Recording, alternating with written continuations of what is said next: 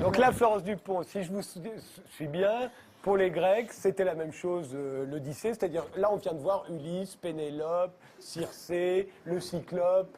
Oui, en quelque sorte. Le Cyclope. Ouais. C'est ça. En fait, ce qu'il y a, c'est que les personnages sont définitivement fixés.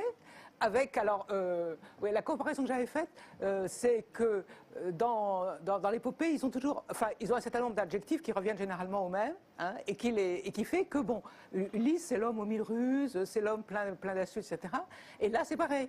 Je veux dire, c'est-à-dire que vous avez c'est rappelé par l'image, au lieu d'être rappelé par un adjectif. Ouais. Mais et à chaque fois, et alors, donc. En fait, sur le canevas, sur tous ces personnages, pouvaient broder tous les griots de l'époque, les griots grecs, qui se produisaient dans les banquets. Ils vous racontaient l'histoire d'Ulysse. Alors, ils chantaient.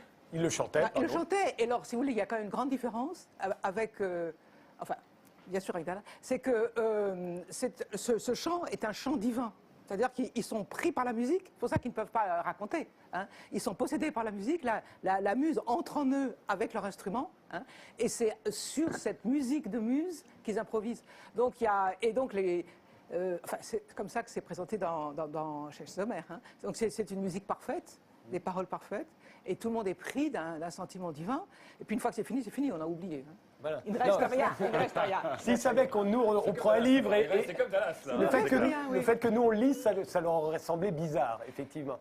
Enfin, ça dépend aux gens de quelle époque, parce qu'après, effectivement, à partir du 6e siècle, 5e siècle, c'est devenu un manuel scolaire. Les enfants apprenaient à lire. D'accord. Alors, prenons le cas d'Œdipe maintenant, puisque c'est Œdipe, c'est une pièce de Sophocle, c'est devenu le thème qu'on connaît. On va regarder en ce moment, on passe à la Cinémathèque, Œdipe Roi, un chef-d'œuvre de Pasolini. Je propose 2 extraits d'Œdipe Roi. Vous allez me dire si ça correspond à ce que les Grecs entendaient par Oedipe à l'époque. Prenons le premier moment, c'est le moment, c'est le thème que nous on connaît dans la psychanalyse, hein, c'est le père face à son enfant.